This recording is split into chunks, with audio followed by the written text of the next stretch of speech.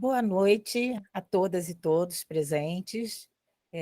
Queremos, antes de tudo, agradecer a presença de vocês aqui em mais um encontro do nosso grupo de estudos sobre feminismo e políticas do comum, que é um grupo de estudos organizado pelo Eixo de Humanas do IFRJ Campus Realengo e do Laboratório Interdisciplinar de Pesquisa de Extensão e Pesquisa Social, o LIEPS, que é onde estamos todas, nossas pesquisas estão todas organizadas a partir desse laboratório. Então, esse grupo de estudos existe desde fins do ano passado, e eles têm uma periodicidade de 15 em 15 dias, houve algum intervalo durante o período de férias, mas a periodicidade é mais ou menos essa. Hoje, pela primeira vez, a gente está tendo aqui a honra e a alegria de receber uma pesquisadora, professora Ive Elias. Eu vou falar da formação dela e vocês imediatamente vão entender por que dela ter sido convidada para falar aqui hoje conosco, né? Então, a Ive tem graduação em Direito e Relações Internacionais, mestrado em Relações Internacionais pela PUC e doutorado, hoje a gente vai ouvi-la falando fundamentalmente sobre a tese de doutorado dela, cujo título é Planeta Fome, regimes de produção e reprodução alimentar na política internacional. Foi defendida no Departamento de Relações Internacionais da UERJ. Então, o tema do trabalho reprodutivo, que ocupou grande parte da nossa preocupação até aqui, hoje estamos tendo a oportunidade de falar com uma especialista no tema, e enfim, essa é a razão de Ive estar aqui hoje. Ive, seja bem-vinda, é um grande prazer. E o título da palestra de hoje era Trabalho Reprodutivo Doméstico, Trabalho Invisível. Eu acredito que o título tenha sido um chamariz para o público que está aqui. Então, vamos deixar com a Ive agora a palavra. Eu vou desligar meu microfone, ok? Ok. Eu queria agradecer o convite, em primeiro lugar, queria agradecer esse convite da Diana. A Diana foi uma pessoa que ela está nos agradecimentos da minha tese, porque enquanto eu estava no processo de pesquisa, houve uma troca intelectual instigante, ela também estava lendo autoras parecidas, então é sempre muito bom, né, quando a gente está pesquisando, saber que o nosso tema tem uma reverberação, que as outras pessoas estão pensando junto.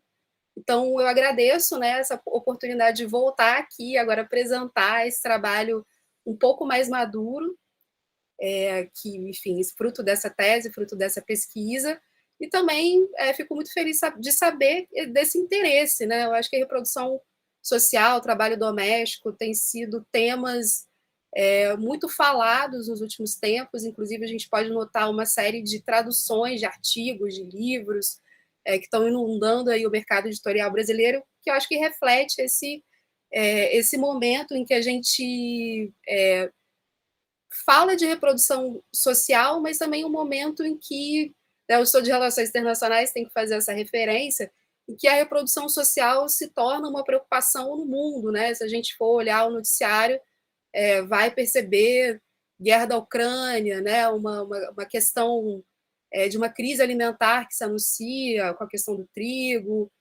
Se a gente for ao supermercado, a gente vai ver o aumento de preços, né? Isso tudo não é à toa, essas coisas estão todas conectadas, isso tudo tem a ver com reprodução social.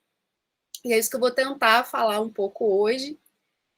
A minha fala vai ser no sentido de organizar um pouco esse debate, né? Como eu falei, muitas publicações têm surgido, e quando eu estava fazendo a tese, especialmente esse capítulo que eu vou apresentar a grande parte dele hoje, a minha pergunta era como que essas diversas vozes vão se juntar, como que elas estão debatendo, né? O que cada uma está falando, o que isso de trabalho reprodutivo tem a ver com o trabalho doméstico, né? O que isso tem a ver com a organização social, o que isso tem a ver com o trabalho, o que isso tem a ver com o salário, né? Então, eu tive que ir destrinchando, então também aviso que é uma proposta de organização desse debate que eu vou apresentar, não é uma palavra final, nem nada disso. Estou super aberta também para debater né, de possíveis discordâncias e não entendimentos. Acho que essa área, esse feminismo da reprodução social, tem voltado para os debates, então essa organização também ela está em aberto, né? Ela está sendo feita pelas diversas pessoas que estão pesquisando esse tema. Queria também dizer que a minha fala, né, vai partir desse feminismo materialista, que dialoga muito proximamente com o marxismo. Né? A partir daí, da maneira como eu enxergo esse tema, essas feministas vão abrir, né, estão tentando abrir o marxismo, essa interpretação da reprodução social, para diálogos com outras vertentes teóricas. Né? E o fim da minha apresentação vai ser esse, né? Assim, como que essa abertura ela acontece. Então, aí, para a gente discutir com as feministas decoloniais, né, para a gente discutir a Cinza Arruzza, que vocês iriam ler, está trabalhando muito com a teoria queer e reprodução social, né? A própria Butler andou soltando uns vídeos aí sobre reprodução social, então é um tema que está na ordem do dia. Eu vou usar uma apresentação para ser um ponto de apoio aí no que eu for falando, e eu vou compartilhar minha tela. Vamos ver se vai dar certo.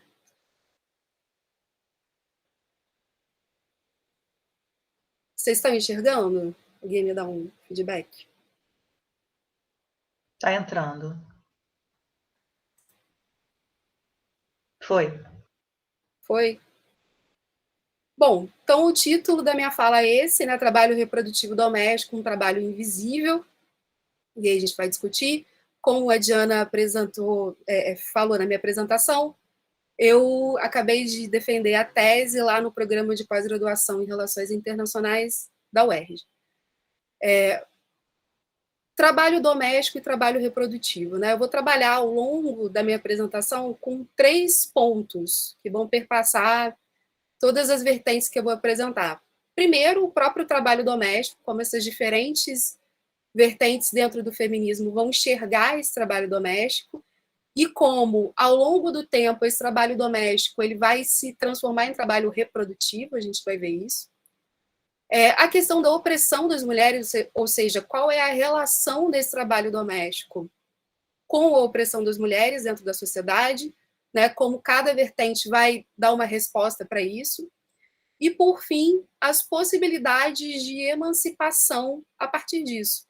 Né? A partir do momento que a gente identificar, né, que essas vertentes identificam a raiz da opressão das mulheres, né, essa especificidade de opressão, como que elas vão também entender as possibilidades das mulheres de saírem dessa situação e de se tornarem sujeitos autônomos. Né? Eu vou trabalhar na apresentação 3 vertentes, né? Eu dividi assim, as contribuições feministas em 3 vertentes.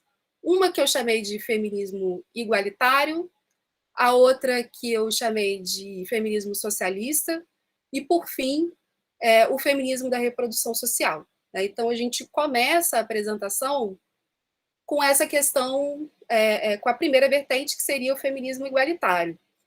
Né? É claro, gente, que essas divisões, né, eu vou situar em determinado tempo histórico, mas elas não são exclusivas desse tempo histórico. Né? O feminismo igualitário, por exemplo, que estaria aí mais associado com o feminismo liberal, a gente pode observar que existe né, esse feminismo até os dias de hoje. Né? Essas propostas elas estão aí no debate político.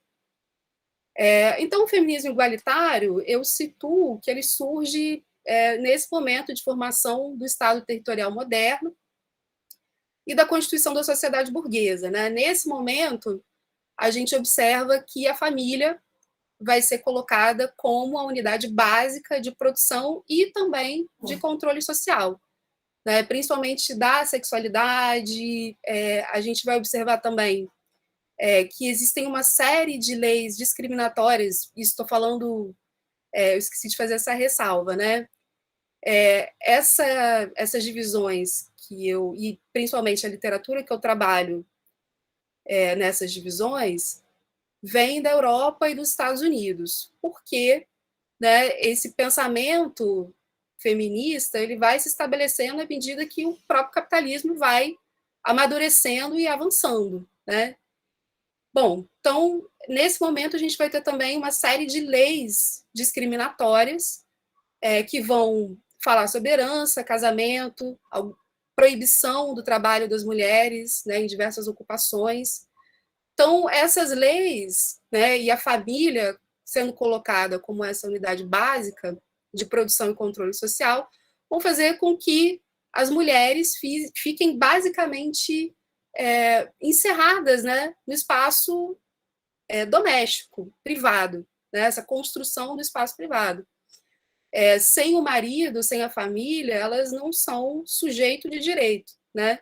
Então, muitas feministas dessa época, elas vão denunciar que a modernidade, né, iluminista, na verdade, ela vai se dar universalizando um sujeito que é masculino e vai excluir as mulheres, né? Na verdade, é um descompasso entre um discurso liberal que vai dizer que todos nós somos iguais, mas na prática as mulheres não entram nessa ideia de igualdade, né? Elas não são sujeitos de direito, elas dependem basicamente dos seus maridos.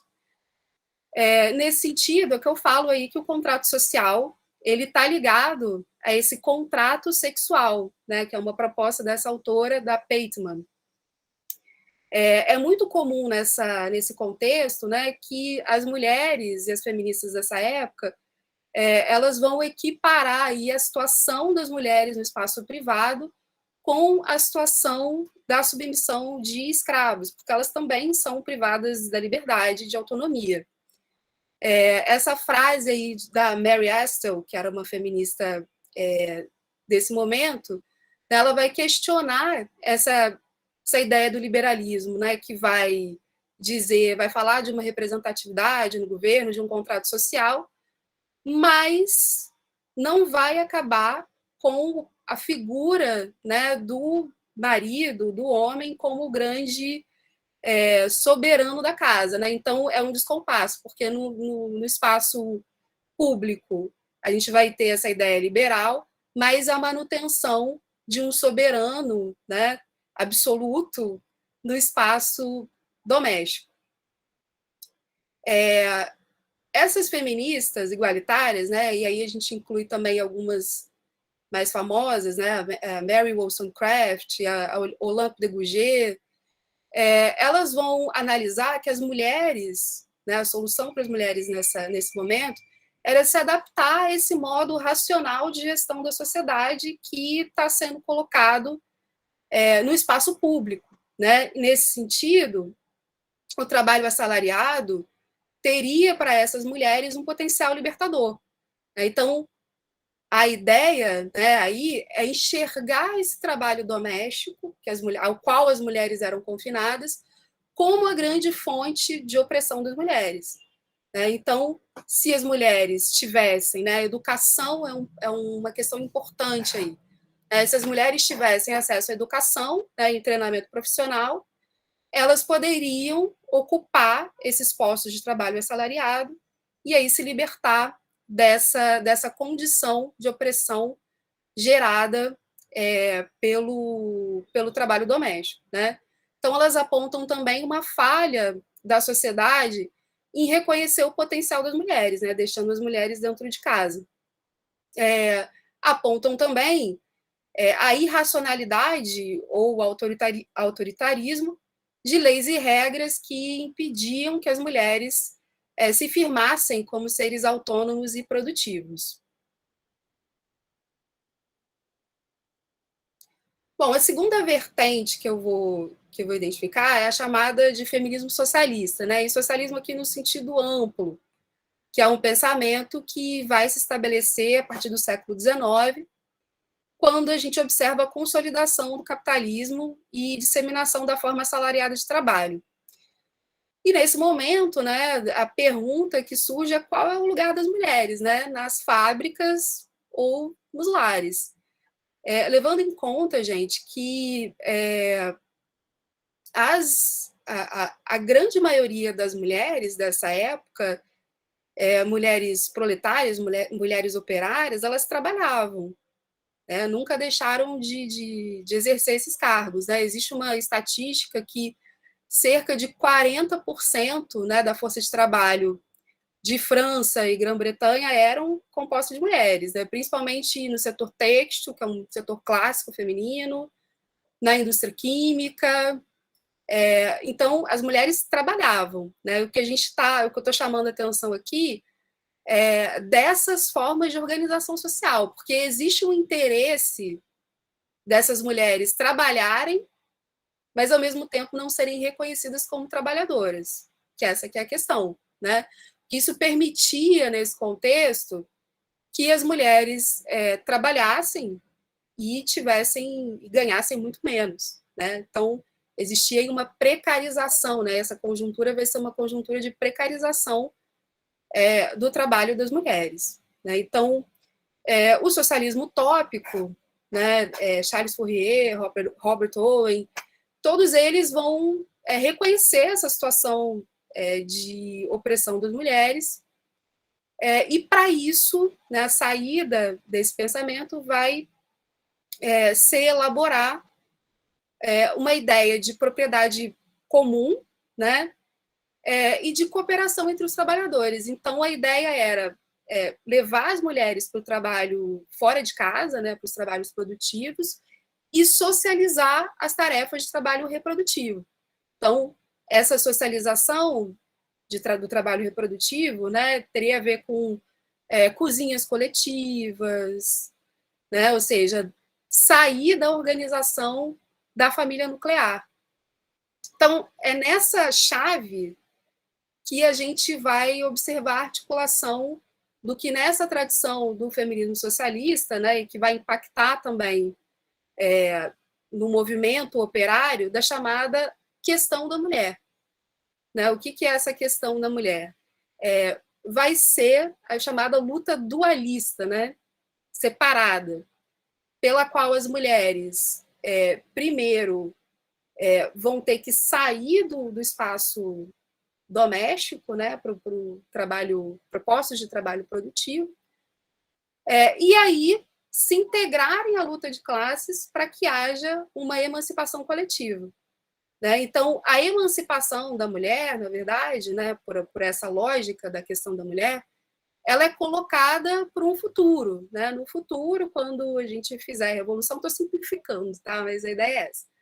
Quando a gente fizer a revolução, a gente vai resolver essa questão do trabalho reprodutivo, porque ele vai ser socializado, né? E no momento, né, isso significa, na verdade, que no momento presente, essa questão da mulher não dá muita atenção para os mecanismos de desigualdade que as mulheres enfrentam no seu cotidiano, né? Mas que submetem essas desigualdades para essa emancipação futura. Como vocês podem reparar, né, tanto esse pessoal do socialismo utópico quanto as feministas igualitárias têm uma dificuldade de articular essa questão do trabalho doméstico com a organização social de uma forma geral. Né? O trabalho doméstico oprime as mulheres de uma maneira individualizante. Né? Poucos são os teóricos que vão tentar entender qual é o papel desse trabalho reprodutivo na sociedade. Né? Porque, afinal de contas, se as mulheres estão em casa trabalhando de graça, isso tem um propósito maior. Né? Mas, até esse momento, a gente vai ver que essa é uma questão que perpassa, né, todos esses debates. Alguns autores importantes aí que eu não coloquei, que é o Engels, né, que vai escrever um livro histórico de cunho antropológico sobre as mulheres, e o August Bebel, que também vai escrever. Ambos os livros fizeram um sucesso muito grande, né, indicando que as mulheres queriam mesmo saber sobre a sua situação. Mas, enfim, falando de uma forma bem, bem geral aqui, ambos têm uma dificuldade, embora eles diagnostiquem essa situação de opressão das mulheres, têm uma dificuldade de pensar como ela se liga ao capitalismo de uma forma mais ampla, né? Claro que o Engels vai falar, né, do papel da família e como que isso é importante para a acumulação capitalista, mas na questão emancipatória e nas contradições desse processo, o livro dele ainda falta um pouco. Uma pensadora que se destaca aí para começar a romper um pouco isso é a Flora Tristan, que ela vai trazer, né, nesse livro dela de 1843, chamado União Operária, essa noção de solidariedade. Né? A Flora Tristan, essa noção dela, né, apontada, inclusive, como se antecipando ao chamamento, né, de trabalhadores do mundo univos, de Marx e Engels, lá no Manifesto Comunista. Né? A Flora já estava falando isso antes um pouquinho deles. Né?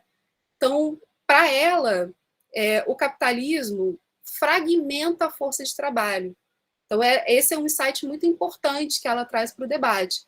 Né? Ou seja, a separação, ou as separações, né, porque ela coloca isso de uma forma ampla, tem um propósito, né? O propósito de degradar a força de trabalho.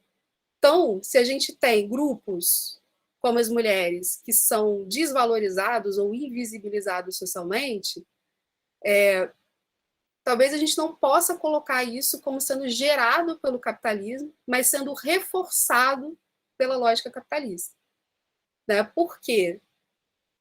Bom, a presença de trabalhadores desvalorizados, invisibilizados, tem um efeito para todo o sistema. Né? Porque eu posso contratar essas pessoas pagando menos ou não pagando nada.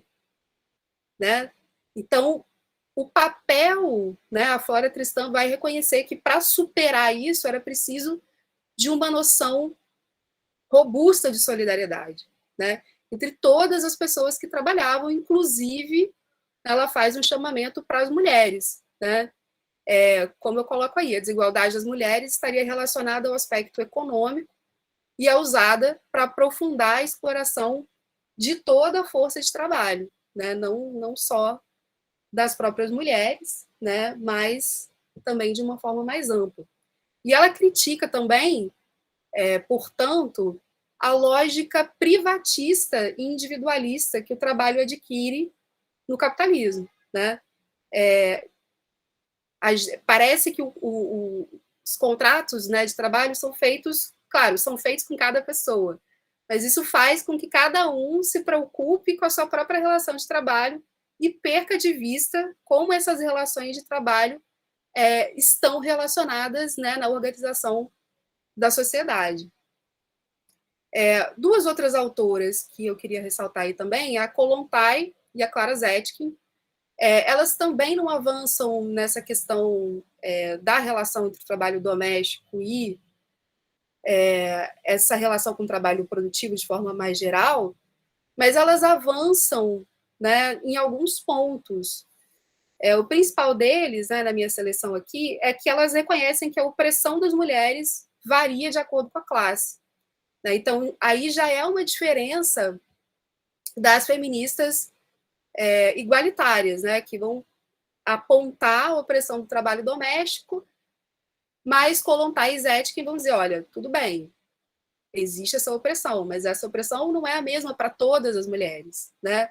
Enquanto as mulheres das classes mais altas podem pensar numa entrada no mercado de trabalho, reivindicando educação, reivindicando treinamento, as mulheres proletárias elas já estão no mercado de trabalho, né? E nessa situação precária que eu acabei de falar.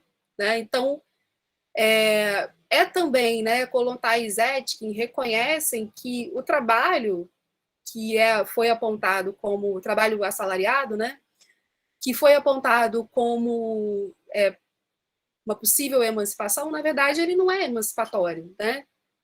Ele é opressor para as mulheres que estão nesses postos de trabalho. Né? Então, isso é importante, né? Porque elas introduzem uma gradação, né, que vai revelar para a gente que esse trabalho doméstico ele é uma questão social. Né? Se a mulher não fizer o trabalho doméstico, se ela sai para trabalhar, esse trabalho doméstico ele vai ser feito por alguém.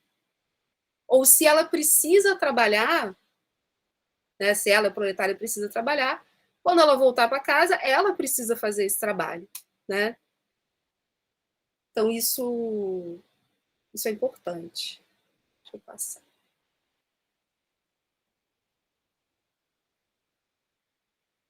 Bom, então, para essa vertente socialista, né, a invisibilidade do trabalho doméstico é apontada como fundamento da opressão das mulheres. Né? Trabalho doméstico, em vários textos dessas mulheres, é sempre colocado como um trabalho árduo e degradante. Porque ele é um trabalho repetitivo, ele é um trabalho que é muito pesado, né? Então, desse contexto de século XIX, né, realmente pesado, porque a gente não tinha praticamente muita tecnologia em relação, né, na casa, eletrodoméstico, coisas do tipo. E o entendimento da relação entre o trabalho pago e não pago, né, entre o trabalho produtivo, assalariado, e o trabalho gratuito, não pago, doméstico, era visto, em geral, como externo ao capitalismo, ou seja, não era enfatizado por essas autoras, né, a relação interna do capitalismo, a necessidade do capitalismo, ou como o sistema mobiliza esse trabalho doméstico, né, ligado à organização social. Né? O problema apontado era a generificação do trabalho doméstico, né, que as mulheres eram colocadas como protagonistas desse trabalho. Uma outra consequência aí desse pensamento foi a separação da chamada questão da mulher da questão de classe. Né? Então, essa questão dual que eu estava falando antes. Né? Então, as mulheres tinham suas próprias questões, mas que eram diluídas na luta de classes de uma forma mais ampla.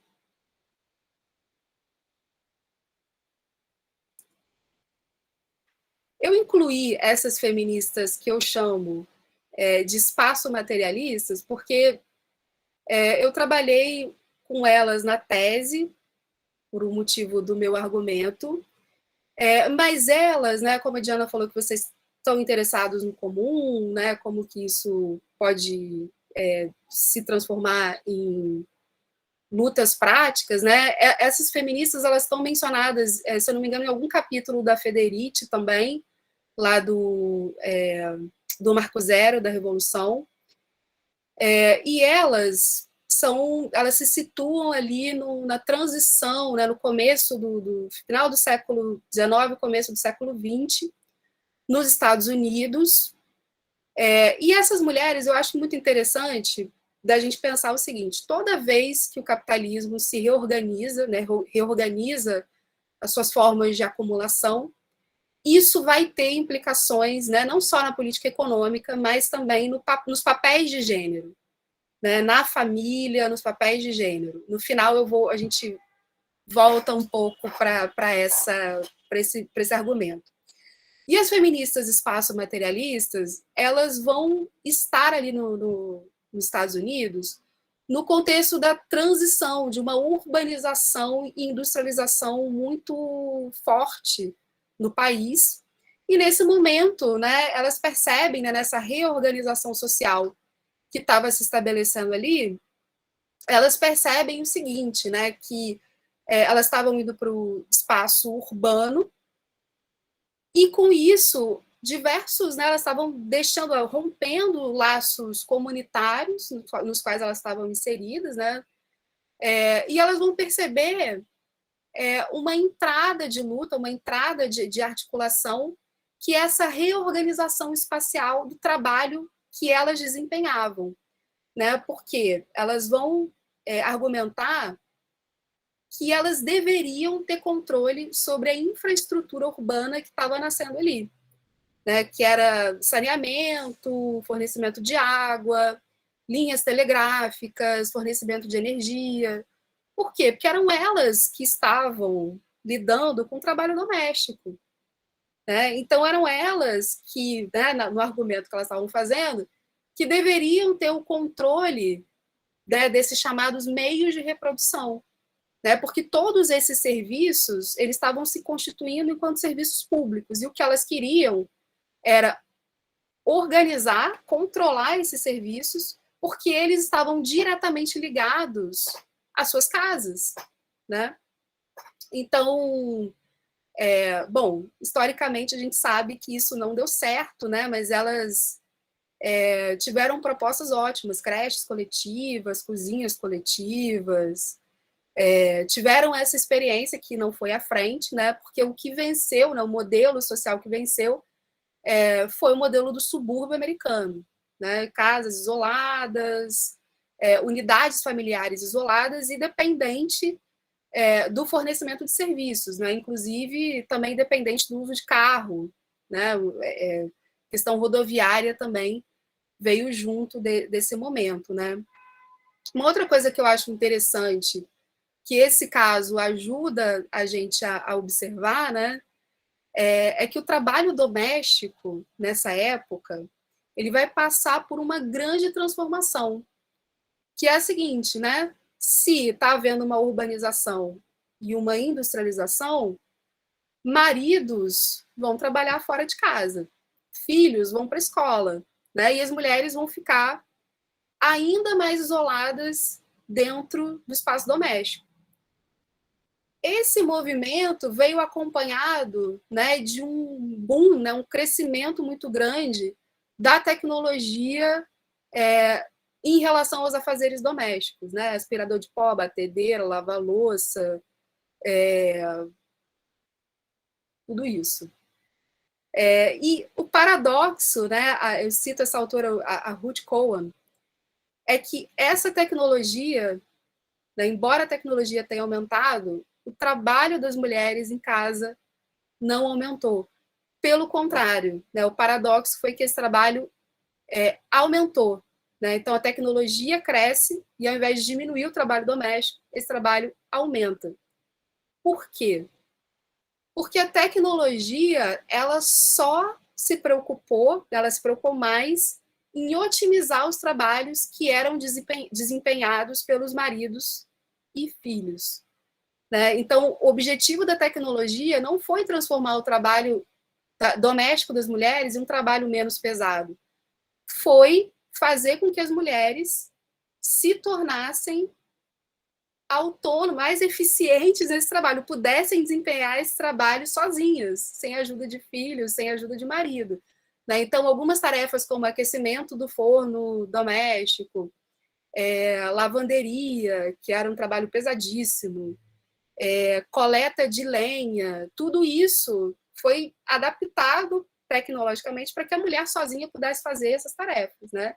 Então, inclusive, esse momento, na história dos Estados Unidos, a gente, e também posteriormente para outros países, né? A própria culinária, o ato de cozinhar, se tornou um ato muito mais complexo, né? A Coa, ela relata que antes era muito comum de fazer ensopado, né? O ensopado ficava lá o dia inteiro, a mulher estava fazendo outras coisas, a família fazendo outras coisas. Depois, né, nesse momento de individualização das unidades familiares, das famílias, cozinhar se tornou um ato muito complexo. Né? Quem acompanha, isso até o dia de hoje, né? Se você acompanha Rita Lobo, programas de culinária, tem muita receita, não tem como, né, você aprender tudo. Então, sempre tem uma receita nova, sempre tem uma forma de fazer diferente. Então, isso, para o trabalho doméstico, implica um aumento desse trabalho, né? Você tem que aprender a fazer isso tudo, fazer sozinha, né? Tá com essa comida pronta quando o marido chega, quando, né, a família chega.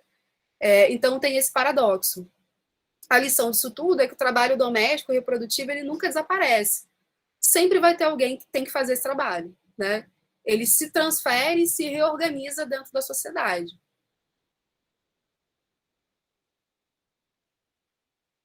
Bom, aí a gente chega na terceira vertente, que é esse feminismo da reprodução social.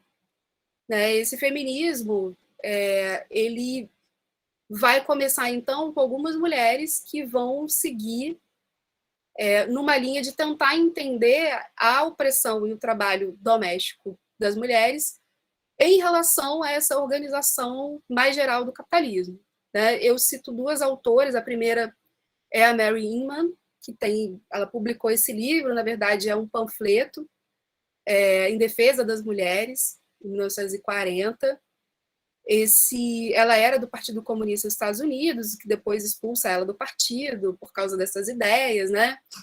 E aí também a gente vai vendo como a relação das mulheres com o marxismo, né? O marxismo no sentido dos movimentos organizados, é uma relação complexa, né? Que a questão das mulheres, essa separação entre a questão das mulheres e a questão da classe, da luta de classes, vai se refletir também na organização dos movimentos trabalhistas, né? Muitos misóginos, né? Vários momentos cruciais do movimento trabalhista vão excluir as mulheres deliberadamente, e a Mary Inman é uma vítima disso, né? Ela publicou esse livro, esse panfleto, e depois ela é expulsa do partido pelas suas ideias, e ela depois continuou publicando, né? Continuou na sua militância, mas sofreu isso, né? Bom, a Mary Inman, a importância dela é que ela vai localizar a opressão das mulheres na dinâmica complexa de expropriação capitalista. Então, é um novo direcionamento em relação àquilo que a gente estava vendo, né? Ela vai dizer que a dona de casa, ela tem um trabalho que é, na verdade, indispensável para o sistema, né? E que a dona de casa, ela contribui para a produção geral de riqueza da sociedade, né? E que, longe de não serem exploradas, né, de estarem à parte do capitalismo, elas eram as trabalhadoras mais exploradas do capitalismo porque elas trabalham de graça, né? Então, as donas de casa desempenham um trabalho indispensável e produtivo, além de produzirem a mercadoria mais importante para o capitalismo, que é a força de trabalho, né? Então, esse pensamento da Mary Inman é muito importante porque, diferentemente das ideias que a gente estava vendo, ela vai dizer que a mulher que trabalha dentro de casa, ela é trabalhadora, sim, né? Ela trabalha. Então, a consequência disso é que essas mulheres, elas são, portanto, indispensáveis para a luta trabalhista, né? Elas não estão separadas disso, né? E era preciso esse reconhecimento como trabalhadoras, seria o primeiro passo para que as donas de casa pudessem pensar, né, uma maneira de se organizarem e de lutarem sem precisar ir para o trabalho produtivo, né, trabalho assalariado, mas a partir do seu lugar de dona de casa no espaço doméstico, né? Aí, nesse momento também, a casa e a comunidade surgem como lugares de resistência e luta contra o capital extrapolando a fábrica, né? Quer dizer que se as donas de casa, elas são trabalhadoras, elas contribuem para a riqueza dentro, né, para a geração de riqueza dentro do capitalismo, elas a casa, né, o espaço doméstico também é espaço de luta contra o capital, não precisa ser só a fábrica, né? A Mary Inman também questiona a casa apenas como um lugar de consumo, mas vai caracterizar o espaço doméstico também como um espaço produtivo, né? Então, a luta das mulheres e a luta dos trabalhadores não estariam separadas, né? Todos participam do processo de acumulação capitalista, né? E era preciso, então, pensar como o trabalho doméstico está conectado, como que ele se conecta aos andamentos mais gerais do capitalismo. Uma segunda autora importante é a Margaret Benston, que vai publicar esse artigo em 69, também na mesma direção da Mary Inman. E a Margaret Benston, inclusive, era química, né, engenheira química, nem era uma mulher que trabalhava fora de casa, né? E ela vai dizer o seguinte, que a questão da mulher O problema é que não havia uma teorização sobre qual era o lugar, né, da mulher na sociedade de classes, né? Ou seja, como que a mulher era explorada, a mulher dentro de casa, né, a mulher dona de casa era explorada dentro do capitalismo, né? Não existia muitos estudos, né, ou mesmo um reconhecimento do lugar que a mulher ocupava em relação aos meios de produção da sociedade de classes, né? A Margaret Benson ela vai dizer que o trabalho doméstico ele está associado à produção de valores de uso, né? Ou seja, a satisfação das nossas necessidades, né? Comer, dormir, se vestir, né? Os trabalhos de cuidado também, né? A questão mais emocional, que estão, né, restritos à família e ao espaço doméstico, né? Isso vai marginalizar a mulher da produção de mais valor, né? Então é o seguinte, o trabalho, né? Qual é a consequência dessa colocação da Margaret Benson, né? Que ela está dizendo que as mulheres, né? Que o trabalho das mulheres não é destinado da forma como ela vê, como ela interpreta, né? A produção de mais valor dentro do capitalismo, né? Isso significa que ele não é explorado capitalisticamente, né? Não está lá na fábrica, ele não está gerando um a mais para o capitalista, mas que ele possui um lugar importante, que é a satisfação, é um trabalho que está relacionado com a satisfação das nossas necessidades fundamentais, né? Então, ao contrário da autora que a gente viu, da Mary Iman, existe aqui na Benson um reconhecimento de um lugar específico desse trabalho doméstico, né? Ele é muito importante porque ele está ligado à forma como a gente vive, né? A manutenção da nossa vida, que tem a ver com o capitalismo, mas não está diretamente gerenciado pelo capitalismo. Então, para ela, né, eu grifei aí, a exploração acontece tendo em vista que ela desempenha um trabalho gratuito e lucrativo para os donos dos meios de produção. Por quê?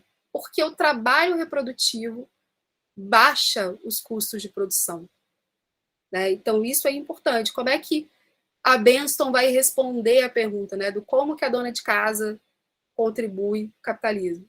Porque ela torna a reprodução da força de trabalho, ou seja, né, a vida dos trabalhadores, né, se torna muito mais barata porque tem alguém que faz um trabalho gratuito, né? Tem alguém que faz a sua janta, tem alguém que faz o seu almoço, tem alguém que limpa a sua casa, né? Porque a gente tem que lembrar, né, que no capitalismo a gente compra as coisas, né? Compra comida, compra. Então, o salário, né, é um indicativo, né? A gente vai ter aí várias discussões sobre custo de vida, né? Estamos discutindo isso agora no Brasil, que o custo de vida está muito alto. Isso tem uma pressão, isso gera uma instabilidade social, isso tem uma pressão sobre os salários, né? A estabilidade social tem a ver, né? Você tem aí um salário que dê para você comprar comida, né?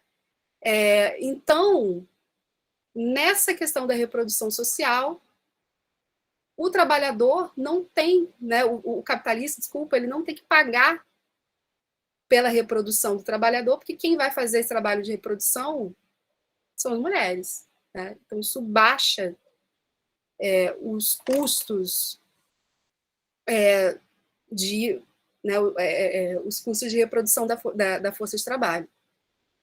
A família possui, então, um papel importante na estabilização da sociedade capitalista, né? Então, tem uma função de cuidado importante na família, mas tem uma função econômica também.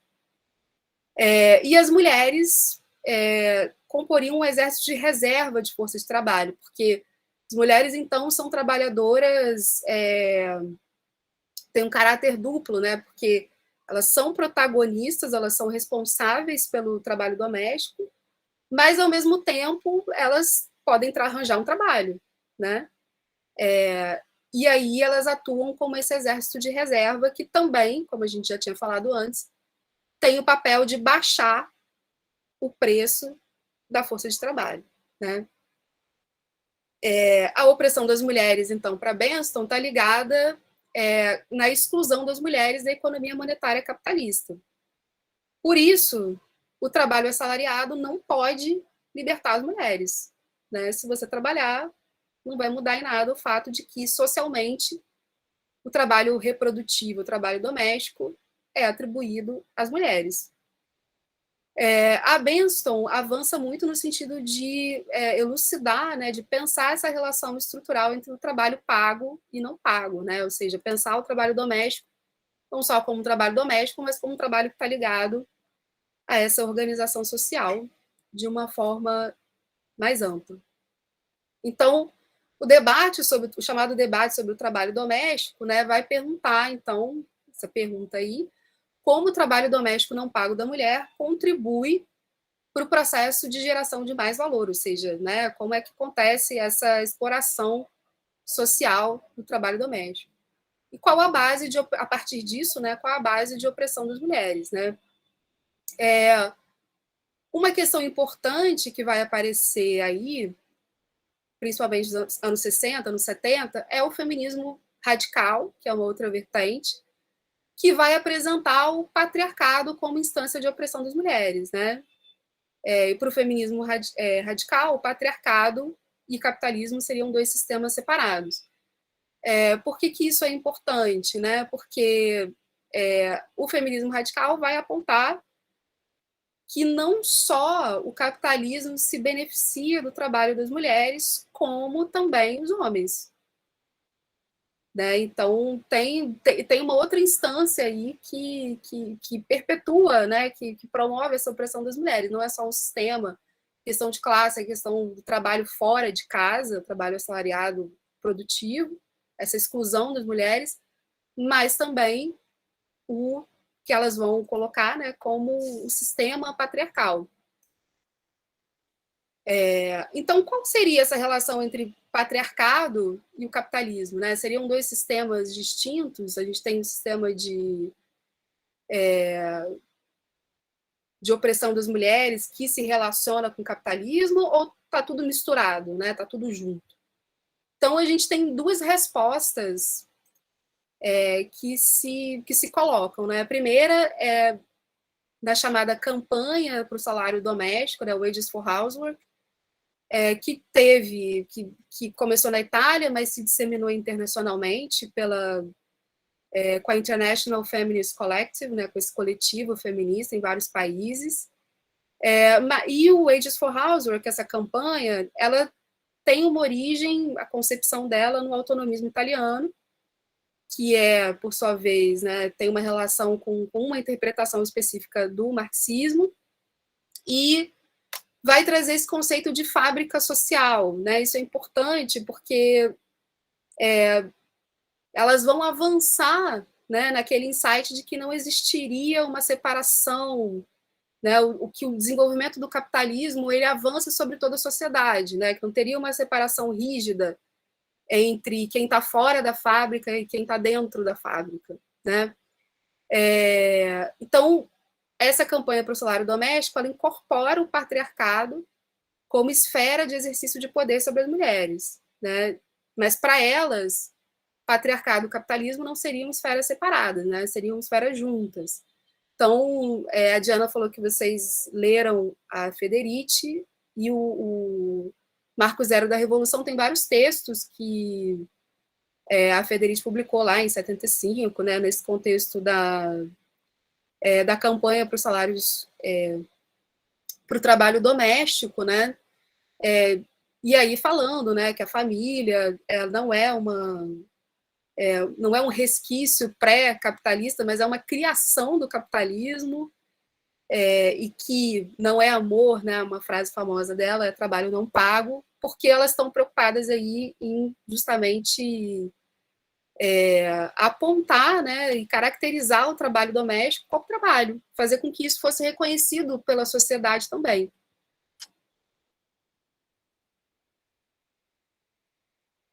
Eu cito uma obra aí, uma obra que foi publicada também pela Maria Rosa Dalla Costa e a Selma James, que são duas feministas dessa campanha para o salário para o trabalho doméstico, e para também explicar qual é a posição delas em relação a esse trabalho, né? Não só reconhecido como trabalho, mas também elas dão uma interpretação da relação desse trabalho no capitalismo, né?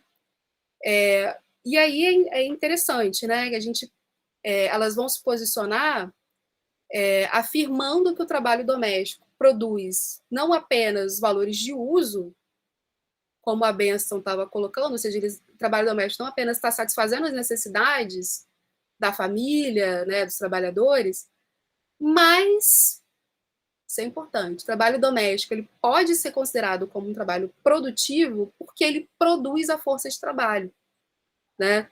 Então, as donas de casa, elas podem ser consideradas trabalhadoras exploradas pelo capitalismo, porque elas produzem indiretamente a mais-valia. Não diretamente, elas não estão lá na fábrica sendo exploradas, mas elas produzem os maridos, né, os seus companheiros, a força de trabalho, os seus filhos, que vão trabalhar, né, produzirem mais valor e serem pagos, né, por isso. Né? E domesticamente, os maridos, né, oprimem as mulheres.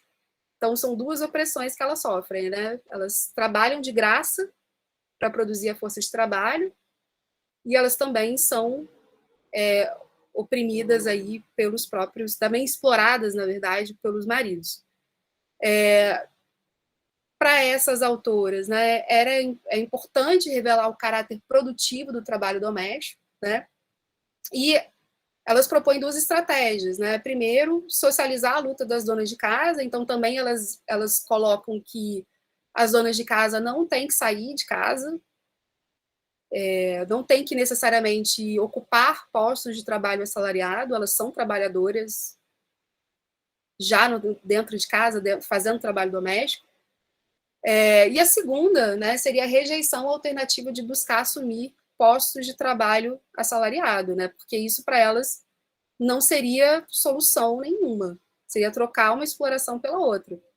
Então, isso é importante, né, também para essa caracterização da dona de casa como trabalhadora, né, e não somente como excluída do capitalismo. A demanda da campanha por trabalho doméstico, por salários, né, ela foi bastante mal recebida, tanto que quando estava escrevendo a tese, né, um livro, a Maria Rosa Dalla Costa fala numa entrevista que elas são as esquecidas, né, que ficaram esquecidas durante muito tempo, mas essa demanda, na verdade, não era uma demanda, elas não queriam, de fato, receber um salário. Né? Se o governo italiano falasse, toma aqui, dá um salário, acabou, né? Não era isso. Na verdade, a demanda por salários era justamente por caracterizar essas mulheres como trabalhadoras, conectar a opressão que elas viviam isoladamente dentro de casa, né, com essa organização mais ampla, a situação de subordinação e isolamento que elas viviam, né? Mas não foi bem recebida. A outra resposta para a relação entre o patriarcado e o capitalismo veio com essa feminista britânica, que é a Sheila Rowbottom, que ela vai dizer, né, ao contrário das feministas que lutam, né, dessas italianas, para o salário, para o trabalho doméstico, que o trabalho doméstico ele é um modo diverso de produção, né, porque produz valor de uso, porque busca satisfazer a necessidade da família, mas que se relaciona com o modo de produção capitalista. Então é importante, né? Eu sei que é muito nome, falei até para a Diana que isso era uma preocupação e tudo, mas é como esse debate vai se organizando, né? Porque a gente observa que existe muitas feministas que vão lutar para que as mulheres donas de casa sejam consideradas trabalhadoras, né? Afirmando que elas sim são trabalhadoras que são exploradas diretamente, que geram mais valor. Mas algumas outras vão dizer que não, que na verdade elas estão sim separadas, mas que existe uma relação com o modo de produção capitalista. Elas não estão completamente completamente separadas, né? Mas existe uma relação complexa aí desse tipo de trabalho com o capitalismo, né?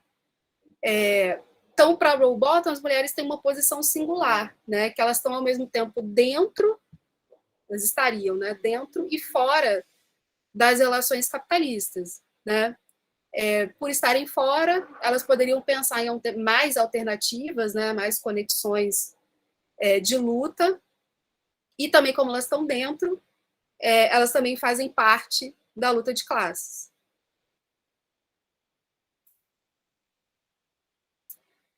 O problema de ambas as perspectivas, né, tanto da campanha por salários para o trabalho doméstico quanto da Roll Bottom, é que elas focam muito no trabalho doméstico, né? O trabalho doméstico é coisa de mulher, historicamente foi definido assim, né? Mas o pensamento delas também reafirma muito as mulheres como parte desse trabalho, né? Existe uma certa naturalização desse trabalho como um trabalho feminino, né?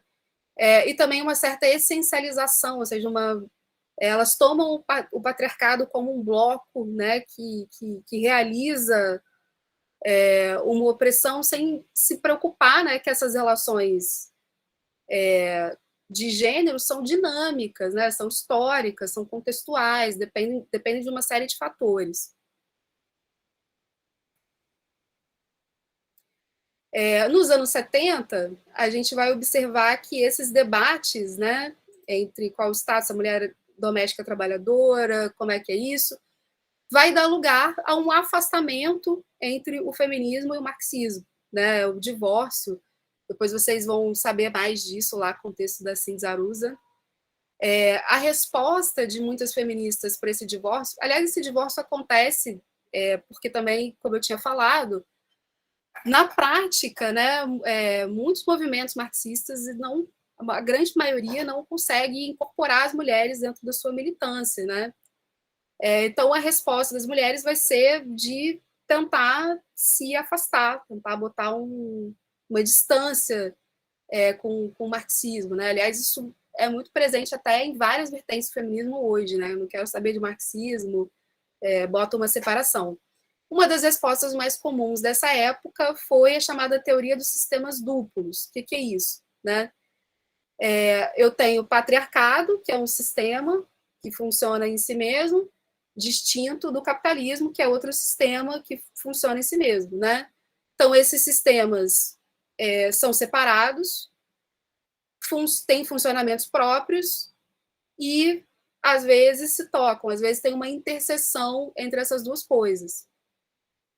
Importante aí também a afirmação do patriarcado como uma estrutura social e econômica que não era apenas uma questão psicológica, né? E aí elas estão falando por uma certa tendência, né, do feminismo radical de focar em grupos de consciência, né, pensar nessa questão mais subjetiva e não na questão social e econômica, né, nessa separação.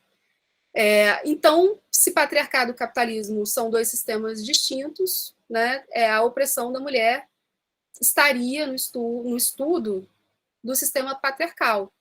E elas apontam também que as categorias marxistas, elas são cegas em relação às mulheres, né, são cegas em relação ao sexo.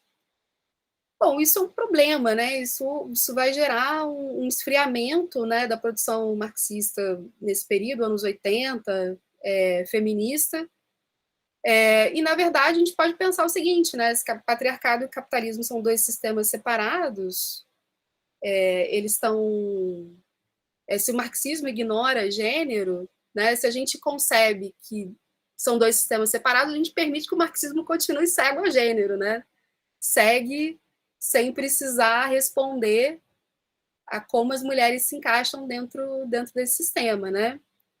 Uma outra contradição dessa ideia de sistemas duplos, né, é que em algumas instituições sociais a gente vai ver que capitalismo e patriarcado vão se manifestar juntos, né? Então elas também não conseguem responder muito, né, se são separados, como que às vezes aparece junto, né? E, enfim.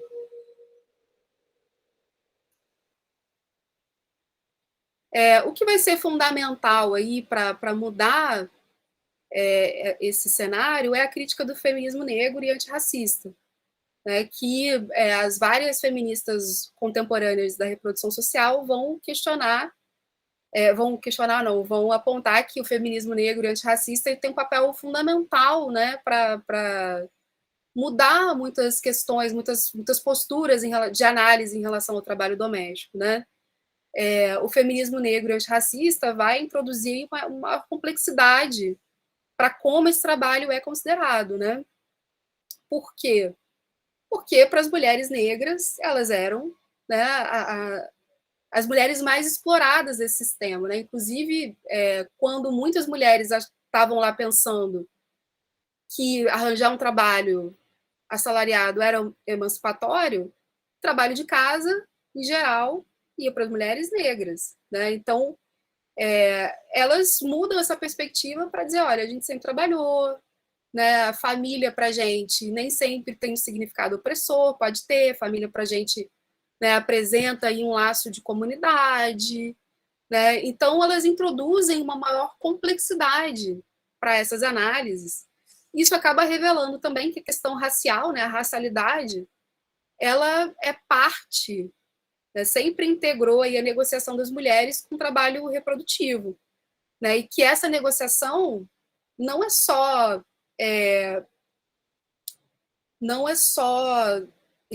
acontece nas nossas casas, né, no trabalho doméstico, está ligado a um fenômeno global, né, que acompanha imperialismo, padrões de migração internacional. Então, que essa relação com o trabalho doméstico, ela não é isolada, né? Ela integra toda uma mobilização aí de mão de obra, né, de deslocamento de mão de obra que está ligado à expansão imperialista, padrões de migração internacional. Então, muitas dessas mulheres, né, vão apontar, por exemplo, das trabalhadoras domésticas latinas, chicanas, né, que se deslocam para esses postos de trabalho quando muitas mulheres vão para o trabalho produtivo, né? E que a colonização também, né, instaurou nas colônias, né, nesses lugares, essa chamada dialética da domesticidade, né? A domesticidade, esse espaço privado, também foi se constituindo com a colonização, né? Essa divisão entre trabalho produtivo, reprodutivo, trabalho doméstico, né? Trabalho pago, trabalho não pago. Isso é uma divisão do trabalho, né, que vai sendo também colocado para as colônias. E aí eu cito a Cláudia Jones, que foi uma militante também importante nesse pensamento. Falando aqui muito rapidamente também, que outra contribuição importante, né, do feminismo negro foi dada por esse coletivo chamado Coletivo do Rio Combarri, do qual fez parte, né, a Audre Lorde, que talvez vocês conheçam, a Barbara Smith. Esse coletivo ele lançou um manifesto que foi traduzido para o português, saiu numa revista acadêmica, vai trazer dois conceitos muito importantes, que é o conceito de interligação de opressões e política de identidade. Né? Interligação de opressões porque elas vão elaborar que o lugar delas na sociedade, em relação ao trabalho, em relação à exploração, teria que ser pensado, né, articulando o fato que elas eram mulheres, o fato que elas eram negras e o fato que elas eram da classe trabalhadora, né? Esse conceito vai dar origem ao conceito de interseccionalidade, que vai ser elaborado depois pela Kimberly Crenshaw, nos anos 80, enfim. E a chamada política de identidade, que, enfim, a gente ouve muito falar, né? Mas que, para elas, tinha uma outra conotação, né? Elas vão dizer que elas querem dizer com essa questão da política da identidade que é a partir do lugar delas na sociedade, reconhecendo esse lugar, que elas iam elaborar políticas, né, e pensamentos políticos e ações políticas. Uma frase que eu achei interessante desse manifesto é da Michelle Wallace, né, que ela coloca: estando na base da cadeia, nós teríamos que fazer o que ninguém mais fez, né, teríamos que lutar contra o mundo. Uma frase da Angela Davis também, né, que diz que quando uma mulher negra se movimenta, toda a sociedade se movimenta, né? Aí está aí o fundamento para essa frase. Me aproximando do final, né, a última vertente seria uma vertente mais recente, né, que foi dada, começou com essa autora chamada Lise Vogel, que ela coloca, o objetivo da Lise Vogel é pensar uma teoria unitária, né, ou seja, todas essas ideias, todas essas vozes, né, sobre o trabalho doméstico, mas ela queria pensar como que a gente pode articular trabalho doméstico, trabalho reprodutivo dentro do capitalismo. Né? O capitalismo não separa, né, essas opressões, mas como que isso se traduz, né, como isso se articula dentro desse mesmo sistema. Né? Então, ela volta lá no Marx, né, para tentar responder essas questões. Né? De que forma a força de trabalho é produzida e reproduzida, quais seriam as condições de possibilidade para tornar a força de trabalho disponível para a acumulação capitalista, e quais seriam os processos sociais pelos quais a força de trabalho é produzida. Basicamente, o grande insight da Lise Vogel é identificar que a força de trabalho é uma mercadoria dentro do capitalismo, a gente vende a nossa força de trabalho, mas que não é produzida de forma capitalista. Né? Então, é uma mercadoria que não é produzida de forma capitalista. Então, então, a forma como essa força de trabalho vai ser reproduzida é que é a grande questão, né, para a teoria da reprodução social. A última vertente, né, são as autoras que se colocam como articuladoras contemporâneas, né, de uma vertente marxiana da teoria da reprodução social, que é a Titi Bhattacharya, a Susan Ferguson, a Arutza e também o Dave McNally. A Nancy Fraser também, que publicou com elas, né? Tem saído bastante coisa delas aí na Boitempo. Elas vão pegar o trabalho da Lise Vogel, né, e vão tentar aí novas articulações a partir da crise de 2008, né, que foi uma crise muito pesada para o centro do capitalismo. E elas vão elaborar, né, o seguinte, né, que a teoria da reprodução social ela vai ser muito importante não só para o trabalho doméstico, né, mas uma série de atividades reprodutivas que a sociedade desempenha, né, como, por exemplo, né, a gente já tinha falado, né, da questão da alimentação, moradia, período de descanso, mas também aspectos sociais que são muito importantes, né, como educação, como sistema de seguridade social, previdência social, como transporte público, como locais públicos de lazer, como a gente se apropria do espaço público, ou seja, elas promovem uma ampliação aí para a gente pensar o trabalho e as questões reprodutivas da sociedade, né, como todas as atividades que são destinadas a regenerar a força de trabalho e que não se destinam à produção de mercadorias, né, à extração de mais valor. Essa teoria da reprodução social vai chamar a atenção para o trabalho concreto, ou seja, para como o corpo do trabalhador, quem são os trabalhadores, na verdade, né? Como eles trabalham, onde está o corpo desse trabalhador, né? Pensando aí o corpo que é perpassado por essas categorias de gênero, de raça e classe. Então, se a gente pensa, né, a reprodução social como esse trabalho concreto, né, que é desempenhado por uma classe trabalhadora que é diversa, a gente também não consegue separar gênero, raça e classe, né? São coisas que vêm junto, para caracterizar esses tipos de trabalho, né? E aí muitas coisas se abrem a partir dessa perspectiva delas, né? Que é dizer que a luta de classes é mais do que uma luta por salários e condições de trabalho, né? Pensar esses outros âmbitos que vão se abrindo, né? Se a Diana me falou que vocês são da área da saúde, né? A área da saúde é um âmbito reprodutivo, não à toa, um dos âmbitos mais precarizados dentro do Estado. Né? Se setores reprodutivos têm algo em comum, é esse, né? Eles sempre são estão no mínimo, né, o padrão mínimo de vida. Então, isso se reflete na saúde pública, na educação pública, como é que isso é oferecido para a população ou não é oferecido. Né? A gente está voltando num debate sobre se a educação pública nas universidades pode continuar sendo pública. Então, todas essas questões são questões de reprodução social. Né? E a luta de classes, ela não deve ser uma luta só por salários e condições de trabalho, mas uma luta por pensar essa condição mais geral das nossas vidas, né? Como a gente vive.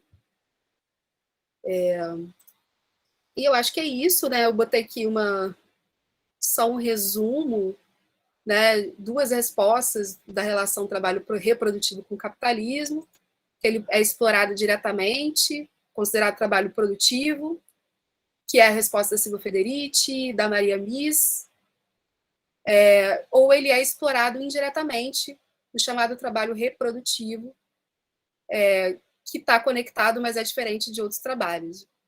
Enfim, era basicamente isso que eu tinha para dizer. Eu sei que ficou muita coisa, muita coisa, mas como eu falei com a Diana, eu achava importante a gente separar um pouco os debates, porque a partir dessas diferenciações, né, os conceitos têm uma implicação, né, de como a gente vai entender luta, de como a gente vai entender conexão dessas questões, né, com a luta trabalhista, enfim. Então, eu achei importante pensar esses conceitos, né, trazer essas mulheres aí históricas para colocar essas diferenças. Obrigada, gente. Vou interromper aqui meu compartilhamento.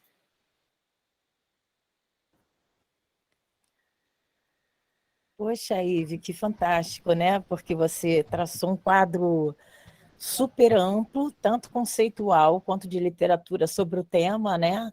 Mas ao mesmo tempo deu uma escaneada para a gente, você foi didaticamente ali seguindo, né, os modelos feministas, o que historicamente um vai acrescentando ao outro, sobrepondo ao outro e criando de novas demandas. Então, eu acho que tem pergunta para caramba. Cláudia fez uma pergunta fundamental, né? Que Ive, diferença entre trabalho produtivo e reprodutivo, né? Quer dizer, trabalho que cria pessoas, que educa, né, que forma seres humanos, e o trabalho que produz mais valor, mercadoria, etc. Eu acho que Cláudia está interessada em entender melhor essa distinção. Bom, a gente viu que isso é todo um debate, né? Mas ele tem uma relação que as feministas vão ver esse trabalho reprodutivo de formas diferentes, né? Algumas vão dizer que, na verdade, ele está, sim, inserido na mesma lógica do trabalho produtivo, ou seja, ele produz mais valor, e algumas vão dizer que não, que ele é um trabalho reprodutivo que se relaciona com outros tipos de trabalho assalariado, mas que não é a mesma coisa. Né? Então, um produz mais valor, né, e você paga por ele, que é o trabalho produtivo, o outro não produz, e a gente satisfaz as nossas necessidades, e aí as interpretações vão variar. Né? Umas vão dizer que porque eu produzo a força de trabalho, então é também produtivo, e outras vão dizer que são lógicas separadas que se relacionam. Acho que é Talvez, isso. será que a gente pode acrescentar isso, algo que eu tirei da tua própria tese, e também uma intuição básica, que é o trabalho reprodutivo doméstico, ele tem as características de reproduzir seres humanos, né? Tanto Isso. biologicamente, mas como seres sociais, e inclusive força de trabalho. Então, além dessa característica fundamental que trabalha com necessidades, valores de uso, sem objetivo de obtenção de lucro, a gente tem esse dado ontológico fundamental, que é o trabalho que constrói os seres sociais, né? Exatamente. O indivíduo ser social. E, assim, algumas atividades... A gente também pode falar, Diana, assim, de quando a reprodução social também se torna mercantilizada, né? Porque, por exemplo, trabalho de cuidador, trabalho de professores em instituições privadas, trabalhos de enfermeira. Então, assim, esses trabalhos reprodutivos, eles também podem se tornar pagos. Né? E aí já é um outro problema, né? O que acontece quando a educação se privatiza, né? O que acontece quando a saúde se privatiza? Dá para a gente pensar isso, né? Que quais são as implicações para isso, para a reprodução da vida, né, de uma forma mais ampla. Só para pegar aqui que ela botou, acrescentaria também reprodutivo e doméstico. O trabalho doméstico, ele é visto, algumas feministas focam no trabalho doméstico, mas o trabalho reprodutivo engloba também o trabalho doméstico. Então, é quando as feministas, quando elas começam a falar de trabalho reprodutivo, na verdade é uma ampliação, né, a partir do trabalho doméstico, não é só o trabalho reprodutivo não seria só para dizer que o trabalho reprodutivo não seria só isolado dentro de casa, né, do trabalho doméstico, mas que ele também faz parte de outras atividades sociais, de outras questões sociais. Sim. Sem querer atrapalhar, a Bárbara vai falar agora, certamente vai nos interessar muito. O Graeber se refere aí a essa área do trabalho reprodutivo, né, dos cuidados, como economia dos cuidados, e fica se perguntando por que durante a quarentena, né, da pandemia de Covid, a gente se deu conta disso, que os serviços fundamentais para a manutenção da nossa vida são os pior remunerados, né? Então, qual é a lógica disso? Enfim, eu acho que esse conceito de economia dos cuidados também é bem interessante, né? Vou fechar o microfone para a Bárbara poder dar continuidade. Muito obrigada, Ive. Foi muito interessante essa fala. E eu sei que tinha muito mais informação. Eu fiquei até curiosa com o finalzinho, que eu acho que ficou apertado por causa do tempo. E aí eu fiquei, na verdade, com várias perguntas. Eu vou fazer bem rapidamente para ver se eu aproveito também sua fala. Que é assim, a primeira é que tem muitas críticas, especialmente da Butler, com relação a uma política do cuidado, a gente pensar em trabalho do cuidado. Ela acha que a gente acaba trabalhando de maneira paternalista essa visão de um trabalho precarizado. Isso está muito presente nesse último livro dela, A Força da Não Violência. Último não, né? Mas um dos últimos que foram traduzidos. Eu ia te perguntar isso. A outra, que tu falaste uma coisa que me interessou muito, na verdade, várias coisas, mas duas coisas em particular, é que quando houve uma mudança, né, no aumento da tecnologia, não significou menos trabalho, e isso significou uma generalização, ou, né, o que chamam de uma generificação mais ampliada do trabalho doméstico. Tu achas que isso acontece também agora, nessa fase do que chamam de trabalho material? Tu achas que esse processo, porque eu acho que a Federici diz isso, né, no ponto zero, mas eu queria saber a tua posição. No momento em que, né, aparece de novo a questão do trabalho material como um trabalho que incorpora todos os outros, ela diz que aumenta a generificação. Trabalho imaterial? Isso, nessa fase do trabalho considerado o trabalho abstrato, o trabalho das ideias, né? Uma terceira fase do que a gente chama de, sei lá, trabalho flexível, essas coisas assim. E a terceira, eu fico perguntando assim, se essa forma de organizar, que eu achei muito didática, ela também não pode ter ausências com relação às transformações das próprias autoras. Eu acho que é muito interessante essa configuração das fases, mas às vezes eu acho que as autoras também se complexificam ou mudam ao longo do tempo. Então, mesmo, por exemplo, a Federici, ela fica ali, né, na década de 70, ela muda muito quando ela vai para a Nigéria, e muda muito depois, né, quando volta para Nova York. Então, acho que, às vezes, algumas críticas de algumas autoras de uma fase para outra talvez tenham que ser ressignificadas. Por exemplo, com relação ao patriarcado do salário, que ela vai mudar várias vezes na teoria dela e outras coisas. E aí eu acho que seria interessante repensar a partir daí. Enfim, e outras autoras, como a Mies e outras, né? Eu teria a questão do comum, mas eu sei que eu acho que vai ter que ser obrigada a voltar, eu acho, porque está bem no finalzinho. E aí, porque tem a ver com também tu falaste da questão da individualização, né? Falaste da individualização e, de novo, isso tem a ver com uma mudança do mundo do trabalho e do mundo enfim, da volta, né, que o capitalismo dá na acumulação primitiva. Então, tu achas que esse é um momento também, né, já estava lá atrás, na década de 70, essa questão dos comuns, quando tu falas da individualização, ou só agora? Desculpa, muitas perguntas, eu só para me aproveitar de ti. Eu só queria te pedir para a primeira, que o seu som cortou para mim, sobre a Butler, do trabalho do cuidado, economia do cuidado. Não. No último livro da Butler, A Força da Não Violência, né, ela fala que, basicamente, a gente tem que ter muito cuidado para usar uma política do cuidado, uma política de valorização do cuidado, né, porque ela acha que, de alguma maneira, a gente ainda trata disso como se fosse uma espécie de filantropia, paternalismo. E aí, sim, eu queria um pouco te ouvir nesse sentido. Vamos lá. Vou começar pela generificação, pelo trabalho imaterial. Na minha apresentação, eu entendo, juntando com essa pergunta de as autoras mudam, eu concordo. Mas eu quis fazer dessa forma porque, por mais que a Federici tenha mudado ao longo do tempo, eu acho que essa raiz dela, né, no autonomista, ela não perdeu, né? Então, eu acho que isso tem desdobramentos muito importantes para o pensamento dela, né? Que enquanto a gente vai observar que algumas autoras, por exemplo, falam de teoria da reprodução social, a Federici fala somente em reprodução social, né? Então isso tem uma...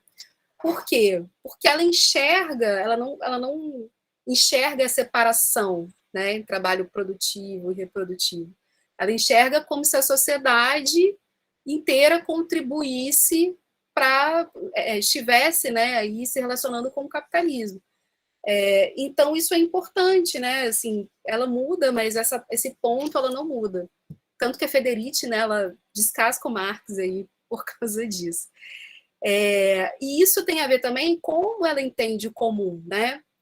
Eu gosto muito da Federici, mas é só a gente prestar atenção que muitas vezes quando ela usa algumas categorias marxistas, ela não está querendo dizer a mesma coisa. Então, ela, por exemplo, vai ter uma visão do comum muito, muito mais ampla, né? Ela fala de hortas urbanas, fala de sistemas de compartilhamento. Para ela, isso são experiências anticapitalistas importantes, né? Porque ela entende que, como o capitalismo é essa relação mais ampla, essas ações já seriam rupturas, né? Porque ela está ligada a essa visão autonomista, que tem influências do anarquismo também. Então, essa forma de pensar as articulações, para ela, são muito importantes, né? De uma forma geral, sendo pela Federici ou pelas teóricas da reprodução social, as mulheres são uma chave para o acesso ao comum, para o acesso à comunidade, né? Por quê? Como eu tentei colocar, né, na minha apresentação, historicamente, quem ficou a cargo das tarefas reprodutivas são as mulheres, né? Na minha tese, por exemplo, eu estudo políticas de segurança alimentar. Então, a Inglaterra, o Império Britânico, tinha lá, como é que a gente vai atingir a comunidade da Nigéria? Vamos oferecer políticas de educação para as mulheres, porque as mulheres são a chave para a gente chegar na comunidade, porque elas estabelecem esses laços. Então, quando isso se desdobra em quê? Políticas, que você estava falando também, né? Da questão dessa acumulação capitalista que a gente vê, né, no Brasil, por exemplo, que avança sobre a natureza. Esse avanço sobre o território, sobre a natureza, é também um avanço sobre os corpos das mulheres, porque são as mulheres que dependem mais desses recursos, né? Então, quando a gente fala de exploração da natureza, quando a gente fala em defesa de comunidades, a gente sempre está falando também de mulheres, né? As mulheres estão... E aí dá para dialogar bem com a Federici, porque aí ela trabalha bem nesse caso. O trabalho imaterial, se a gente for olhar o trabalho contemporâneo, hoje, a Maria Mies, que é uma autora que eu não deu tempo de eu tratar, né, ela traz esse conceito, que se chama domesticação do trabalho, né? Que ela coloca o seguinte, que nós, o trabalho de uma forma geral, não só o trabalho das mulheres, tem uma direção de precarização, né? E isso ela chama de domesticação, ou seja, como se o trabalho que as mulheres já fazem de forma gratuita e precarizada estivesse se tornando um norte para os demais tipos de trabalho. Então, a pandemia exacerbou isso, né? E revelou isso. A gente trabalhando de home office, né? É tudo domesticação do trabalho. Né? O devir mulher, né, do mundo. O Mbembe fala do devir negro, mas eu lembro do Guattari com o devir mulher, né? Exatamente. Sobre a Butler, eu não sei se eu entendi, porque eu não li a Butler, eu não li esse livro especificamente. Mas a Butler tem falado bastante de reprodução social, né? Ela fez um vídeo para Boitempo falando também, porque eu acho que ela foi muito acusada, né, de não dar devida atenção a isso, né? Ou seja, o gênero é performático, uma coisa que paira sobre os corpos, e aí eu vejo que ela está muito preocupada de falar assim, não, peraí, tem outras coisas, esses corpos também são marcados de outras formas, né? O gênero não é uma coisa que paira, é uma coisa que... E aí, essa política do cuidado... Desculpa, nesse texto ela fala de redes, sabe? Ela não fala de reprodução ainda. Aí eu teria que ver o que ela fala, né? Mas, assim, existe... no caso dos Estados Unidos, né, esse debate sobre o cuidado, ele é difícil socialmente, né? Ele entra um pouco nessa linha aí da crítica dela, né? O governo Biden, ele tinha pensado, a Bidenomics, né, tinha uma dotação orçamentária muito significativa para o cuidado. E não foi aprovado, né, óbvio, porque eles estavam achando que, vou dar dinheiro para as famílias, né? Não foi aprovado, e aí tá aí, as famílias americanas passando fome, né? Enfim, porque testemunhas aí dessa crise de reprodução social, né? Então, tem isso. Acho que é isso que eu tinha para falar sobre. Eu tenho uma pergunta bem bobinha, porque historicamente a gente vê a primeira onda feminista do movimento sufragista, e é claro que, mesmo antes delas, você citou várias autoras, né? Que já tinham se dado conta da necessidade de revelar ao mundo, de desvelar que a Declaração Universal dos Direitos do Homem era do homem mesmo, né? Não era dos ambos os gêneros. Mas, assim, fica uma coisa romântica com as sufragistas, e cada vez mais eu percebo esse primeiro momento como um momento extremamente liberal. O que intelectualmente, em termos de visão de mundo, era possível pensar a independência feminina. Então, votar, fundamentalmente, participar da vida econômica, né? E, nesse sentido, nem de longe as sufragistas supuseram que a gente estava vivendo uma dupla exploração, ou que viria a sofrer caso adentrasse o mercado de trabalho. Então, eu acho que tem um certo... É claro que cada momento do movimento feminista valeu a pena. Cada momento construiu uma pedrinha para a gente chegar onde a gente está hoje.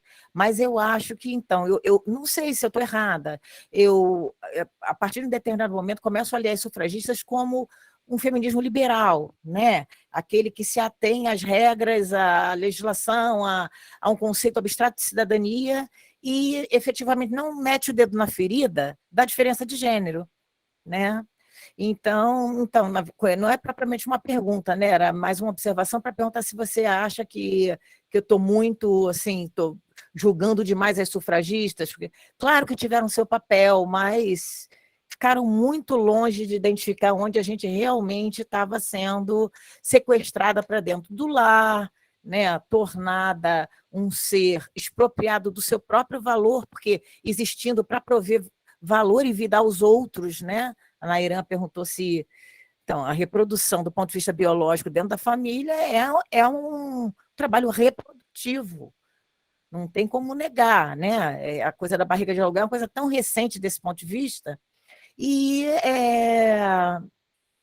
esse trabalho então, não sai da minha cabeça isso, demorou até Eu acho que, sinceramente, as feministas, como a Kollontai, foram uma das primeiras a virar. Lenin também, né? Porque no final do textinho da Margaret Benston, aquele que virou um grande statesman, né, em 69, ela resolve botar um anexo do Lenin, onde o Lenin está super preocupado com creche coletiva, está preocupado com lavanderia coletiva. Aí se diz, caramba, então, enquanto Bebel e Engels ainda estão mantendo a discussão, né, dentro do materialismo histórico, numa dimensão de, pô, se a mulher não é classe trabalhadora, ela não é explorada. Aí você vem a Kollontai e vê um Lenin dizendo, não, não, não, ela é duplamente explorada, né? Aí fico achando as sufragistas um pouco ingênuas, não sei, ou então tendendo a um feminismo liberal que até hoje tem demanda, né? Tem demanda. Eu concordo com você, mas assim, a gente pensando hoje, observa isso, né? Mas o Claro, eu contexto. estou sendo anacrônica, né? Eu estou tentando julgar uma circunstância em que na época deu o que tinha para dar. Mas já havia um certo debate, né? A Kollontai já estava trabalhando nisso no final É, do século XIX. a Kollontai está muito à frente, né? Realmente, sim. Depois a Zetkin. Esse debate, né, na União Soviética, enfim, vai ser muito avançado.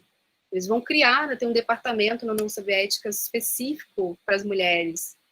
E aí o Lenin também preocupado com isso, a Krupskaya, a mulher do Lenin, também preocupados. Isso era algo que deveria vir com a transformação social, né?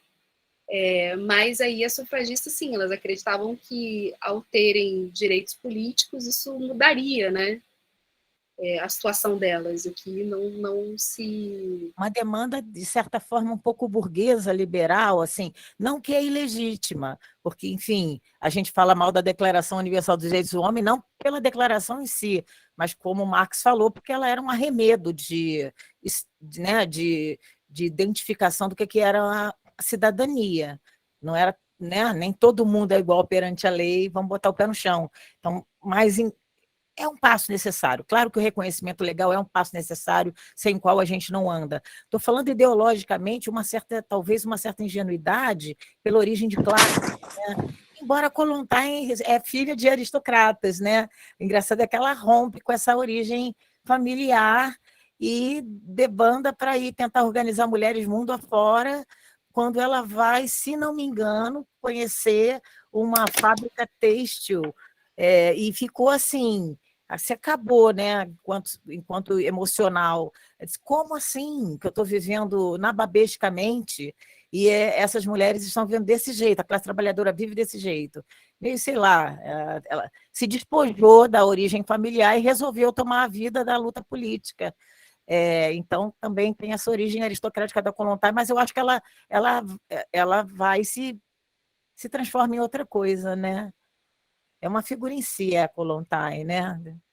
Ela foi a primeira embaixadora, primeira diplomata, mulher a ser embaixadora, né, na União Soviética.